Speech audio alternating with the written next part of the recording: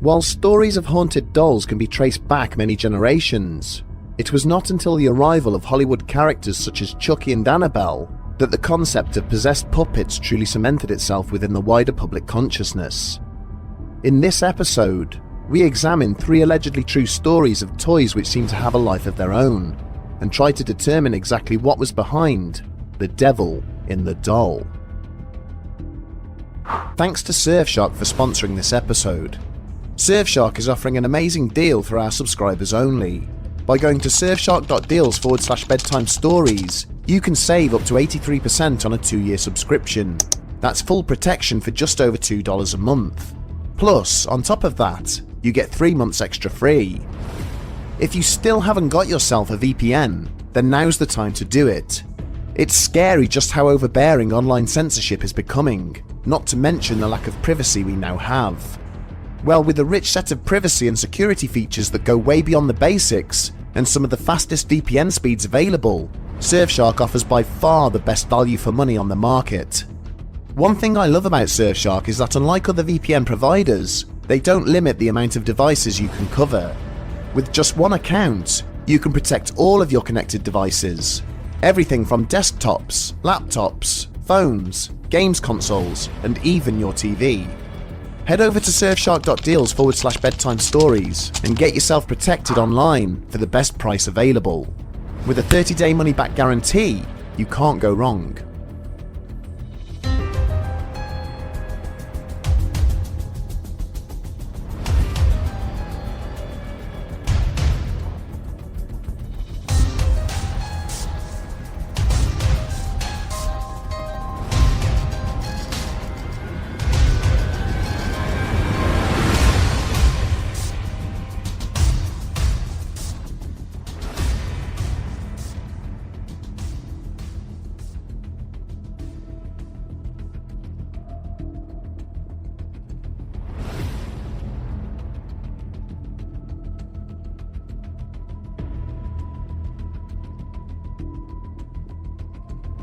Robert Eugene Otto was born on the 25th of October 1900 into one of the wealthiest families in the Floridian city of Key West. From a young age, he preferred his second name over his first and was known to everyone in his household simply as Gene. By the age of 3, his parents had duly commenced the search for a nursemaid to supplement their staff and attend to their son's needs. After several interviews, a Bahamian lady was finally employed, who quickly went on to form a close bond with her young charge. But the nurse was soon to discover why there was such a speedy turnover of staff within the family, when she was handed her notice for the most trivial of matters. It was never established if the hand-stitched doll she handed to Jean prior to her departure was created to ease the boy's heartache, or to perhaps simply irritate his parents. Regardless, Gene immediately fell in love with his new companion, a 3-foot-tall puppet dressed in a sailor's uniform, who he named Robert. In no time at all, he was spending hours with his new best friend, and as the servants went about their business, they would regularly catch the sound of 2 young boys conversing with one another, coming from behind the closed door of his bedroom. Quite naturally, it was assumed that Gene was providing the voice for Robert, affecting a slightly gruffer tone to differentiate it from himself. But soon, rumours began to circulate amongst some of the servants that they believed they had in fact heard 2 distinctly different voices coming from the young boy's room. Then, one day, Gene's panicked screams brought his parents running upstairs. As they hurried across the landing towards his bedroom, they also heard what they thought was devilish laughter, which continued as they then struggled to open his door. Finally, with the help of a servant, they managed to force entry. Inside, the Ottos found their son cowering on his bed, his furniture and toys lying overturned and broken all around him. When they tried to find out from Gene what had taken place, all he could reply was that Robert had done it, whimpering and pointing across to the doll, which was now sat on the window ledge, staring back into the room. As time passed, Gene and his possessions were plagued by further supernatural occurrences. These included some of his other dolls being discovered hidden around the house, mysteriously torn and mutilated. There were also incidents where servants working in a particular room subsequently found themselves locked inside, when no other person was present in the house with them. Several items of family silverware were also discovered bent or warped out of shape. More than one of the servants openly stated that they believed the nursemaid had used voodoo or some other form of black magic to curse the doll she had given to the boy before she left. Eventually, when his parents passed away, Gene would go on to inherit the Otto family home. With his love for his childhood friend undiminished, he happily gifted Robert his own bedroom, where the doll was placed in a chair by the window to sit and stare down at passers-by. In time, Gene fell in love and married a local woman called Anne. But his insistence that Robert should sit with them at the dinner table and sit on a chair in their bedroom at night would go on to put great pressure on the marriage. Finally, at the behest of his new wife, Otto agreed to lock the doll in the attic and have no further contact with it. Unsurprisingly, this only seemed to make things worse. Parents from the neighborhood began to attend the address, complaining that the doll was pointing and gesturing from the attic window, terrifying their children who were playing on the road outside. Anne Otto was plagued by the sound of footsteps coming through the ceiling above their room, only to find nobody up there besides the doll when she and her husband went to investigate. Eventually, she suffered a full mental breakdown and was committed to a local asylum. Gene went on to pass away in 1974, at which point both the deeds of the Otto household and its hand-stitched occupant passed to new hands. When the 10-year-old daughter of the new owners became plagued by visions of Robert the doll trying to kill her, the aging puppet was quickly removed from the address and donated to the nearby East Martello Museum. Robert remains there to this day, safely contained in a glass case, but stories of his supernatural shenanigans persist. It is said that it's almost impossible to take a photograph of him, with cameras and electronic devices regularly malfunctioning when visitors attempt to do so. There have also been reports that some tourists have seen the doll's facial expressions change, with his hands sometimes twitching down by his sides inside his display case. It would seem that whatever strange powers the doll possesses remain undiminished following the death of its beloved owner. The tales of Robert the doll's mysterious movements in his new public home are eerily similar to those of another doll, which resides nearly 4,000 miles away on the opposite side of North America. Resting in a near-identical container in the depths of the Quesnel City Museum is the enamelware doll of a small girl named Mandy, sitting with a baby lamb upon her lap. The full history of this doll is much less well known than that of her American counterpart, as the woman who donated the toy to the museum in 1991 insisted on remaining anonymous. From the first evening that Mandy arrived in her new home, haunting events began, which would totally unnerve the staff members who had been tasked with preparing her for public exhibition. When it arrived, the toy's clothing was filthy. For a short time, it was placed into a clear plastic bag in order to shield it from the elements whilst the garments were taken away to be cleaned. Almost immediately, staff working in the vicinity of the bag began to detect a faint rustling sound. Some workers even reported having seen the plastic twitching and moving, apparently by itself. But when the bag was opened, only the doll was present inside, with no power source or mechanism which might cause it to move of its own accord.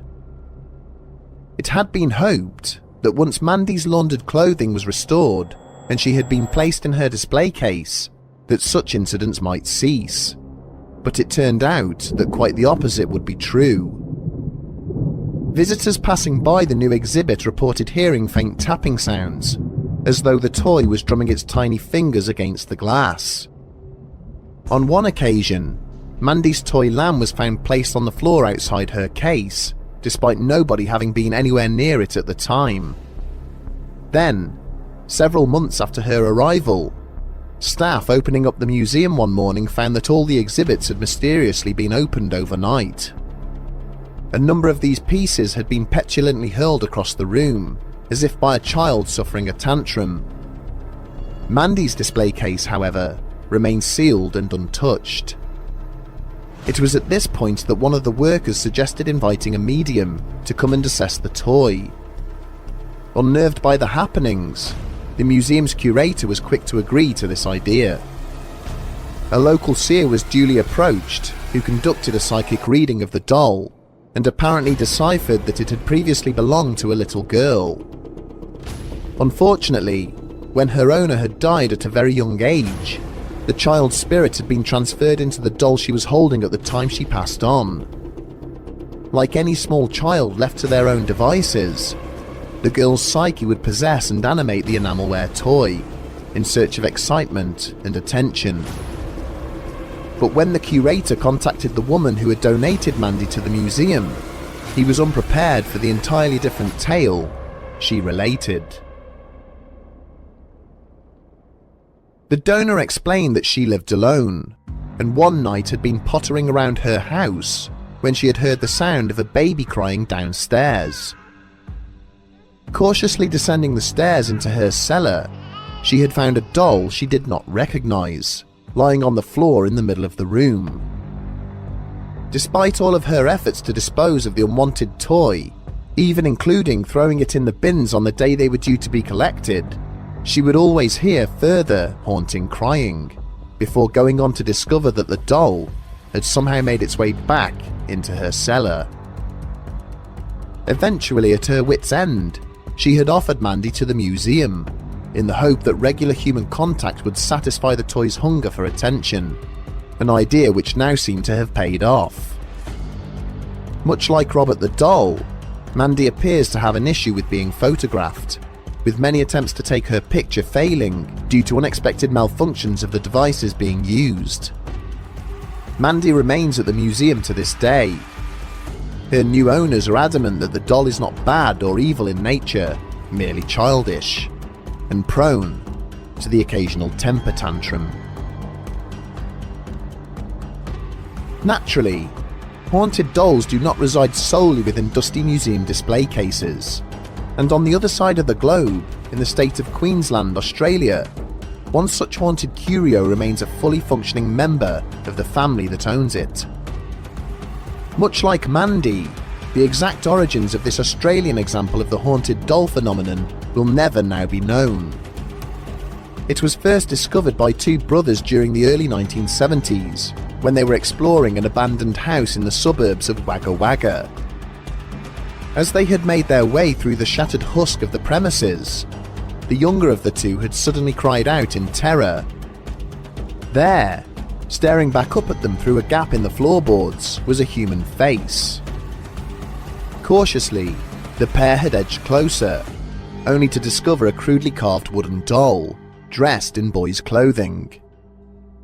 Reasoning that the toy had been abandoned when the house was vacated, the boys decided to take it home with them. They christened their new friend Letter, a shortened version of the full name Letter Me Outta Here. Letter would later disappear from sight for some time, until the older brother, Kerry Walton, discovered the doll again when he was cleaning out the attic of his home in Warwick. It was at this point, when he brought Letter down to clean it up, that the doll's apparent supernatural powers began to manifest. The family dogs became agitated when in the same room as Letter, to the point where they had to be removed to prevent them from becoming aggressive. On a number of occasions, the family would leave the doll in a certain pose or position when they went to bed, only to find that it had mysteriously changed when they awoke the following morning. Kerry also found a series of small scuff marks on the floor around the house, and was shocked when he discovered corresponding marks on the soles of Letter's shoes. Determined to get to the bottom of the doll's origins, Kerry placed it in a sack and took it to a toy expert, who stated that they believed the doll was European in origin. They theorized it had been hand-carved, possibly by gypsies, and that the thick black hair woven into the top of its head may well be human. Dumbfounded, Walton returned home with Letta, only to recoil in horror when he parked on his drive and found the doll now out of its sack, lying across the rear seat of his car. Finally, when his children awoke screaming in bed one night, stating that they had dreamed that Letta wanted to kill them and could move of its own accord, Walton called for a spiritualist. The medium who agreed to hold the doll stated that they believed it was possessed by the spirit of a young boy who had drowned many years ago. Reasoning that the toy was lonely as opposed to malevolent, Kerry decided to sell his story to the local media. Since that point, the supernatural occurrences within the Walton home have ceased, only manifesting themselves when visitors come to see and hold the haunted doll. During one interview, when a journalist began to ask about the spirit of the drowned boy, a nearby clock flew off the wall and smashed upon the floor. Several other interviewers have also become disconcerted and upset, as they have allegedly felt the doll moving around as if trying to make itself comfortable when they have been holding it in their lap. So, are we to believe that the human soul can transfer into an inanimate object, thus prolonging its time amongst the living? There is certainly a key number of similarities in each of the cases we have examined, which seems to suggest that such supernatural possession may be a reality. And yet, psychologists have a very different theory about the phenomenon, which dates back centuries, all through the evolution of children's toys. The oldest surviving dolls still in existence from the 17th and 18th centuries possess angelic, exaggerated human features, designed in such a way to bring joy to the child playing with them. But over the years, more and more effort has been put into making the dolls look realistic, producing an end result that is very similar to a real child, but still not quite perfect. As a consequence, such dolls are unnerving because of their subtle differences to a genuine human child.